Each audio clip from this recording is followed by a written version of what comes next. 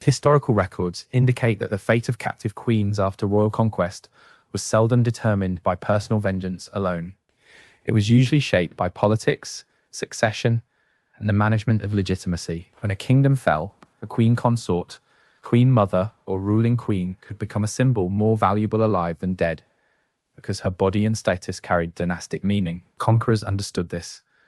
They also understood that a defeated royal woman could be used to validate the new order, to sever the old one, or to preserve a fragile peace. Punishment systems directed against captive queens therefore ranged from ceremonial humiliation to long confinement, from forced marriage to exile, and, in some cases, execution. What appears at first glance as cruelty often functioned as governance. Surviving documents suggest that royal women were frequently treated according to the conqueror's need to display dominance while limiting instability. Queen captured in war was not merely a prisoner in the ordinary sense. She represented lineage, alliance networks, court ritual, and access to inheritance claims.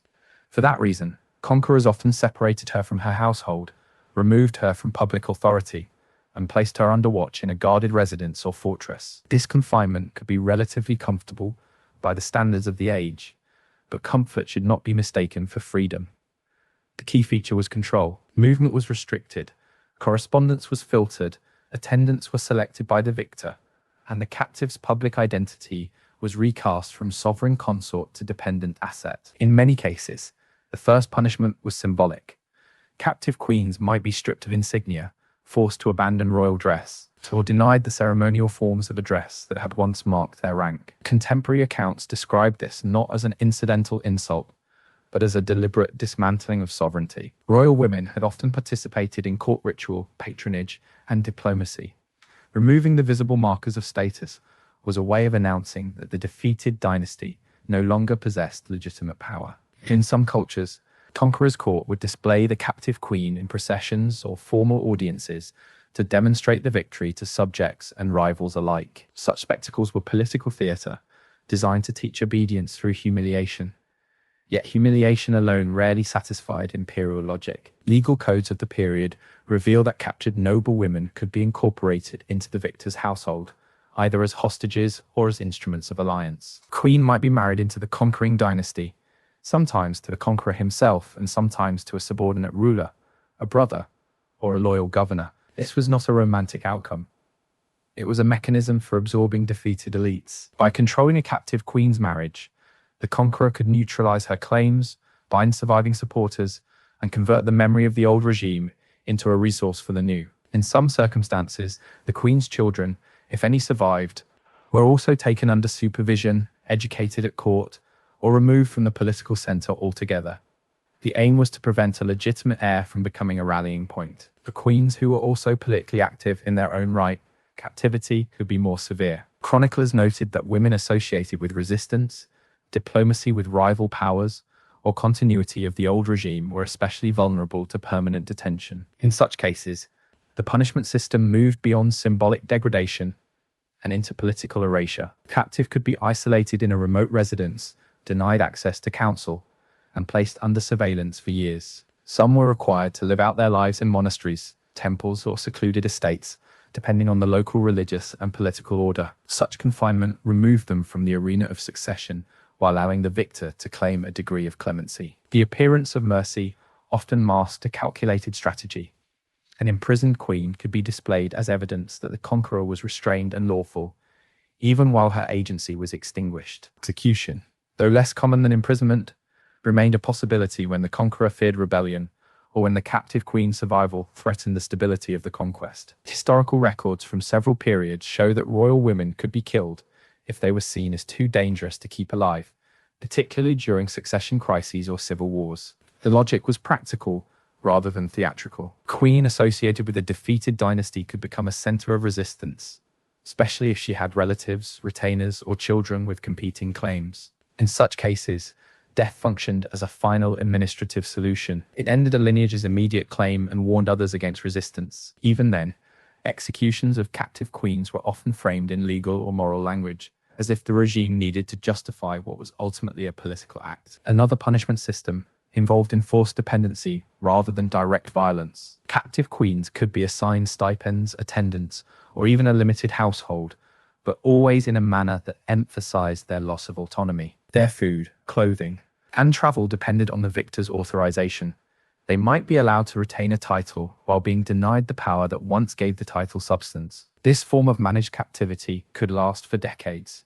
It was especially useful when the conqueror wanted to avoid creating a martyr. The queen was alive, visible, and technically honored, yet she existed in a condition where her political significance had been fully appropriated.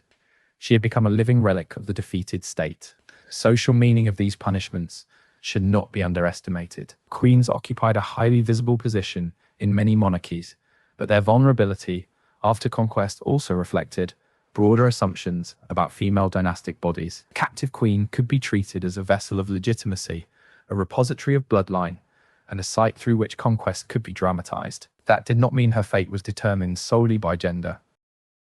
Men of royal status were also imprisoned, mutilated, exiled, or executed. But queens often faced an additional layer of control because their symbolic value was tied to marriage, reproduction, and court representation. The conqueror could not simply remove her from the board. He had to decide whether to preserve her as evidence of power, repurpose her as part of his own household, or eliminate her as a threat. What emerges from the historical record is a pattern of careful calculation. Conquest did not end with the fall of a capital. It continued in the treatment of captive elites, especially queens, whose status made them both dangerous and useful. Punishment was often designed to convert a former center of authority into proof of submission. Confinement demonstrated control. Public degradation demonstrated supremacy. Forced incorporation demonstrated absorption. Execution demonstrated finality. These were not random acts of cruelty, but interconnected tools in the broader management of empire and succession. And beneath the formal language of victory, there remained a quieter reality. Captive queen had to endure the slow destruction of her public world, the loss of attendants, the removal of titles, the rewriting of her place in official memory, and the narrowing of her life to the boundaries set by others. Historical records do not always preserve the texture of that experience, but they do reveal the system that produced it. Conquest did not merely change rulers. It rearranged human lives according to the needs of power, and among the most tightly controlled of those lives were the women whose former rank made them too important to ignore and too dangerous to leave free. Surviving documents from multiple royal courts suggest that the punishment of captive queens was rarely uniform, because conquest itself produced unstable political conditions. The treatment of a defeated queen depended heavily on whether the conquering ruler sought annihilation, reconciliation, or incorporation. In many kingdoms, victory did not guarantee peace. Loyalist factions often survived the battlefield, provincial governors retained private military networks, and rival dynasties could still claim legitimacy through marriage ties. Under such circumstances, the captive queen existed at the center of a difficult calculation. Her continued existence could calm unrest or provoke it. Her public visibility could reassure subjects or inspire rebellion. One of the most enduring systems used against captive queens was controlled seclusion. In royal societies where access to power depended heavily on visibility and ceremony, physical isolation became a political punishment of unusual effectiveness. Contemporary accounts describe queens being transferred from palaces to heavily supervised estates, remote fortresses, monasteries, or guarded court residences where movement required approval. Although some retained servants, fine clothing, or private chapels, these privileges existed within carefully defined boundaries. The essential purpose remained separation from influence. The logic behind such confinement becomes clearer when examining how royal authority functioned. Queens frequently acted as mediators between noble factions, patrons of religious institutions, and protectors of court networks. Even when excluded from direct governance, their households often formed independent centers of influence. Legal correspondence from several medieval and early modern courts reveals repeated concerns that messages could pass secretly through attendants, clerics, or loyal retainers. As a result, conquerors often reorganized a captive queen's domestic environment. Trusted servants were dismissed, replaced, or interrogated. Communication was monitored. Visitors required permission. Religious observances might continue, but even these were supervised to prevent political coordination disguised as devotion. In some circumstances, enforced religious withdrawal became a preferred solution. Historical records indicate that defeated queens across various regions were compelled or encouraged to enter convents, religious communities, or secluded ceremonial roles. Such arrangements served multiple political purposes. A queen placed within a religious institution could be removed from succession disputes while preserving an appearance of moral restraint. Conquerors could claim mercy rather than bloodshed, presenting themselves as lawful rulers rather than destroyers of royal bloodlines. Yet the reality of such confinement often resembled political imprisonment more than spiritual retreat. Entry into religious life was not always voluntary, and the walls that separated a queen from political life also prevented any meaningful return to authority. The management of royal motherhood introduced another dimension to punishment systems. Queen with surviving children represented a continuing dynastic threat, particularly if sons possessed claims to territory or inheritance. Chroniclers noted that conquerors frequently separated mothers from children shortly after conquest.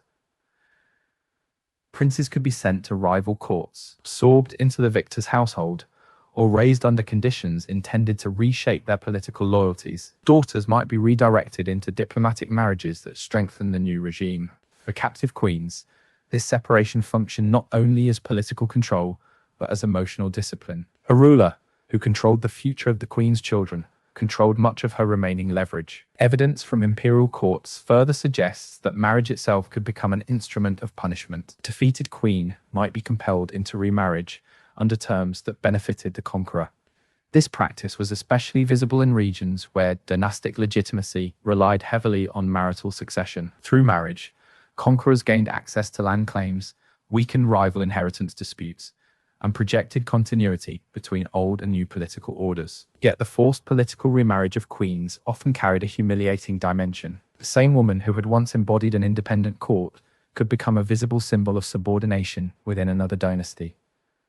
At times, royal women resisted such arrangements, though surviving sources often document these moments through hostile or incomplete perspectives. Some queens refused remarriage, maintained loyalty to defeated dynasties, or continued correspondence with supporters. When resistance persisted, punishments could intensify, restrictions increased, estates were confiscated, households shrank. In extreme situations, accusations of treason, conspiracy, or moral misconduct emerged with notable frequency. Historians have long observed that such accusations were not always neutral reflections of fact. Allegations could provide convenient justification for removing politically inconvenient royal women while preserving the conqueror's public image. Public humiliation also played a role in certain conquest traditions. Contemporary descriptions from several periods refer to ceremonies in which defeated rulers and their families were displayed before victorious courts. A captive queen might be required to appear without traditional regalia, seated below her former rank, or presented in contexts that emphasized dependence. These moments communicated powerful political messages to spectators. Royal authority relied heavily on symbolism, ritual, and public perception. By diminishing a queen's visible status, conquerors announced not merely military victory, but moral and political supremacy. Yet conquerors faced limitations in how far humiliation could be taken. Excessive cruelty against royal women sometimes produced unintended consequences. Noble elites, foreign rulers, and religious authorities occasionally viewed mistreatment as dishonorable or politically reckless. Surviving diplomatic correspondence suggests that the treatment of captive queens could influence alliances, negotiations, and perceptions of legitimacy abroad. A ruler who executed or degraded royal women too openly risked appearing unstable or tyrannical. This concern explains why punishment was often moderated through legal formalities or ceremonial language. Even severe actions were framed as necessary responses to rebellion, law, or divine justice. The role of ransom and negotiation should also not be overlooked. In some political systems, captivity itself became an opportunity for diplomacy. Queens possessed value because of family connections extending across regions. Relatives, allied courts, or rival factions sometimes negotiated for their release through financial payment, territorial agreements, or political concessions. Historical records indicate that long negotiations could unfold around a captive queen's future, particularly when her marriage ties linked powerful dynasties. Release, however, rarely meant restoration. Even when allowed freedom, Former queens often returned to altered political realities in which their authority had permanently diminished. A psychological dimension of royal captivity appears only indirectly in the historical record, yet traces remain visible. Letters, petitions, and religious writings occasionally reveal women attempting to preserve fragments of influence despite confinement. Quests for attendance, appeals regarding children, disputes over property, and negotiations concerning ceremonial treatment demonstrate how queens continued to maneuver within limited circumstances. Total helplessness was not universal. Some adapted strategically, cultivating alliances within the conqueror's court, or repositioning themselves as respected elder figures removed from active politics. Others vanished almost entirely from official memory, surviving only in fragmented records after years of controlled obscurity. Legal systems of the period reveal another important reality. Punishment after conquest often operated through bureaucracy rather than spectacle. Orders regulating residence, titles, inheritance, and permitted visitors transformed captivity into administration. Officials documented expenses, movement, and correspondence. The defeated queen's life became measurable, supervised, and categorized. Violence remained possible, but in many cases, the punishment system functioned through paperwork as much as force. Conquest extended into daily management. The broader historical pattern reveals that captive queens occupied a uniquely precarious position. They could neither be treated as ordinary prisoners nor safely ignored. Their identities carried dynastic power long after military defeat. Because of this, punishment systems aim not simply to inflict suffering, but to neutralize influence while reshaping political memory. A queen who had once represented sovereignty was gradually transformed into evidence that sovereignty had ended. And even when outward dignity remained, dependents defined the reality beneath it. The guarded residence, the monitored letters, the carefully approved visitors, separation from children, the gradual disappearance of loyal retainers, all reflected the same principle. Royal conquest did not merely seize territory, it reorganized legitimacy itself, and captive queens stood among the clearest reminders that victory required more than military force. It demanded the disciplined control of symbols, bloodlines, and memory. In certain cases, the final stage of punishment extended beyond the lifetime of the captive queen herself. Historical records indicate that conquerors frequently sought not only to control royal women in captivity, but also to reshape how they would be remembered. The management of memory became an extension of political conquest. Court chroniclers rewrote dynastic histories, ceremonial records omitted former rulers, and monuments associated with defeated regimes were neglected, repurposed, or symbolically absorbed into the victor's authority. A captive queen who had once occupied the center of political ritual could gradually disappear from official narratives. This process mattered because queens often represented continuity between generations. In monarchies dependent upon hereditary legitimacy, public memory carried political consequences. Surviving documents suggest that conquerors were deeply aware of the risks posed by nostalgia for defeated dynasties. A remembered queen could become a symbol around which discontent gathered. For this reason, some rulers allowed captive queens modest dignity in private, while limiting their visibility in public life. Ceremonial appearances became rare. Patronage networks dissolved. Access to former supporters narrowed until political isolation became almost complete. Yet outcomes varied significantly according to region, period, and circumstance. Contemporary accounts describe some captive queens who retained influence in unexpected ways. Queen Mother, despite confinement, might continue correspondence through trusted intermediaries or quietly negotiate marriages, benefiting surviving relatives. Others gained a form of limited respect within the conqueror's court, particularly if they demonstrated political usefulness or if foreign alliances made harsh treatment impractical. Royal captivity was therefore not always static. It could shift with succession disputes, changing alliances, or the death of the conqueror himself. The transition between rulers often proved especially dangerous. A captive queen tolerated by one monarch might be viewed as intolerable by his successor. Legal records from several dynasties reveal renewed investigations, tighter confinement, or confiscation of remaining privileges after political transitions. Change in court factions could transform a forgotten prisoner into an immediate threat. In moments of instability, old dynastic claims regained value, and queens once dismissed as politically irrelevant could suddenly attract renewed suspicion. At the same time, Historical evidence complicates the assumption that punishment always meant constant brutality.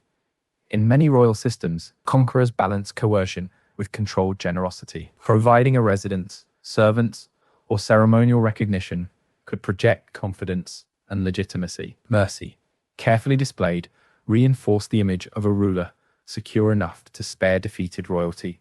Yet even apparent kindness functioned within unequal conditions. Privileges remained dependent on obedience, and favor could disappear quickly. The underlying reality never changed. Freedom belonged to the conqueror.